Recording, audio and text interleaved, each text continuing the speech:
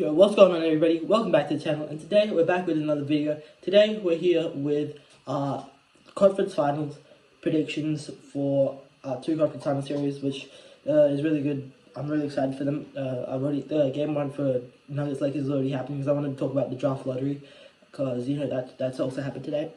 And yeah, the Nuggets picked up the win, and there's also going to be a recap of the second round. So we'll talk a bit about the draft as well, because I'm excited for that, Victor Wembanyama. And yeah, let's get into it. So first off, we're just going to do a quick recap of the second round.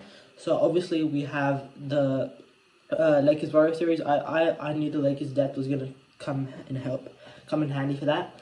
Rui Hachimura, Austin Reeves, they all stepped up for that game.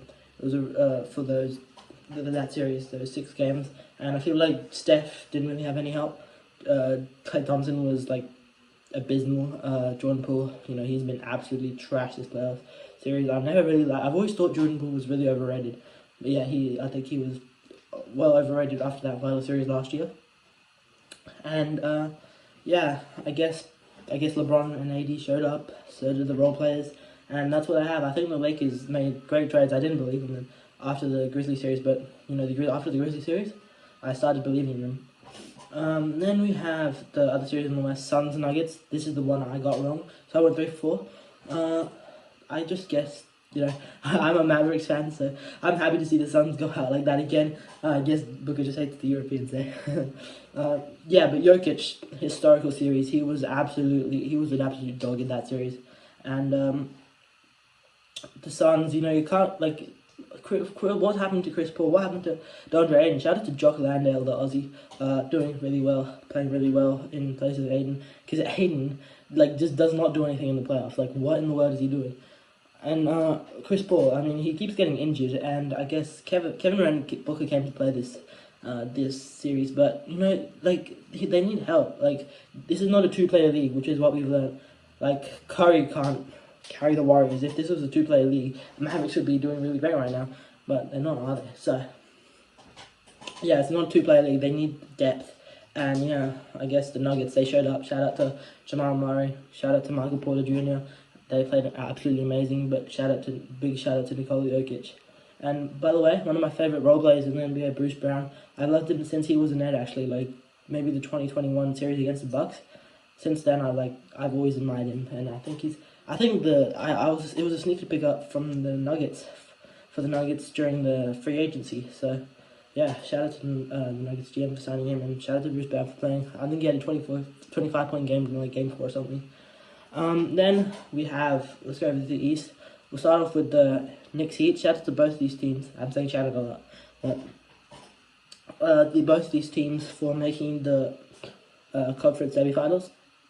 Both underdogs for sure. But yeah, I guess I predicted the Heat to win this one. I just think the lack of a playoff experience for the Knicks was going to cost them. And then the Heat made work of that. Bam Adebayo played well. Kyle Lowry's been playing great these playoffs. And, Jimmy Butler did Jimmy Butler things. I guess Julius Randle was a bit non-existent this series, but shout out to Jalen Brunson. He was absolutely killing it. I can't believe we didn't re-sign him at the end of last year. But yeah.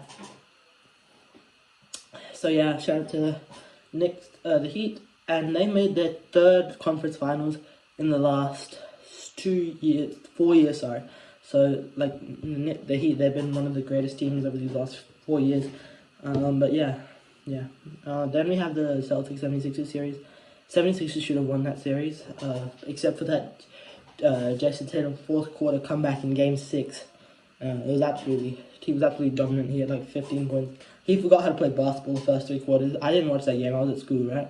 But yeah, shout out to Jason Tatum for that 50-piece in game 7. Past Stephen Curry for the most points in Game 7. James Harden and Joel Embiid. Joel Embiid is not the MVP. I thought it was Giannis.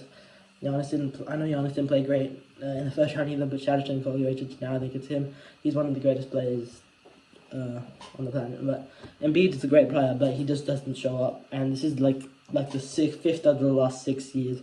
5th time in the last 6 years that they've lost in the second round. They cannot make the conference finals. So that's unfortunate for them. So then the Celtics make it again. This is their 2nd time in a row. 3rd time in the last 4 years as well. So shout out to them and the Nuggets second time, because this is the same matchup we had in the bubble 2020, my first NBA season. But yeah, all these 4 teams, you know, the bubble haters, like, get out, mate. Like, these 4 teams are back, and they're well deserved placeholders, and they're well deserved places for these teams. And yeah, that's basically it for the. Let's just talk about the draft for a bit right now. So we saw that the Mavericks get in the top 10. I'm happy about that. The Magic get 2 top 10, 2 top 11 picks again, which is cool. No real surprises until like pick 5, where Portland jumped up, and unfortunately Detroit fell back, and that's not great for Detroit. But I'm excited for the Blazers. I don't know what they'll do with the pick. They might trade it. We know that Victor Wembanyama is going to the Spurs. That's going to be really good. Hopefully the Spurs can come back. You know, the past 2 first overall picks they've had, him and David Robinson and Tim Duncan, 2 of the greatest big men of all time. And Victor Wembanyama definitely has like the ceiling to do that. And yeah. Then the number 2 pick, Charlotte Hornets. This makes it interesting because do you want Scoot and LaMelo together? I mean, it's going to be a decision. They probably want Brandon Miller. I don't know. Are they going to take Scoot or Brandon Miller? I feel like you have to use that. And then could Scoot fall all the way to 4, or will Portland trade the pick? Because I don't think they're going to pick Scoot with Dame and Anthony Simons already there. But you know, you never know. They could trade the pick, and I reckon that will happen if Brandon Miller is off the board and the Charlotte Hornets taken. So yeah, this is going to be an interesting draft for sure. Let's get into our predictions now. So we have the Lakers Nuggets. One game already happened. Sorry, I've been slacking off a bit. You know, just a lot of schoolwork. But I'm going to go with the Nuggets in this series. I just think that Nikola Jokic, he's just a great player performer. I know I'm saying this after game 1, so I could be wrong here. And I might seem a bit like, but I was probably going to take the Nuggets anyway. So shout out to the Nuggets. I think they'll advance to the NBA Finals for the first time, I think in the whole franchise history, which is a crazy deal. And in the East, Celtics Heat. This is going to be another good series. This is the 3rd time in the last 4 years this series has happened as well, except for that one time in 2021. So that's pretty crazy. 3rd time in the last 4 years. I'm going to have to go with the Celtics here. I know that it's been really nervous to watch this team. But I still have more faith in them. The Heat just don't have the depth that I think that the Celtics have. But yeah, I'm gonna go with the Heat. Celtics, sorry, and Celtics Nuggets NBA Final. That's my predictions. But yeah, it's gonna be really exciting, and I'm really excited to watch these 2 games.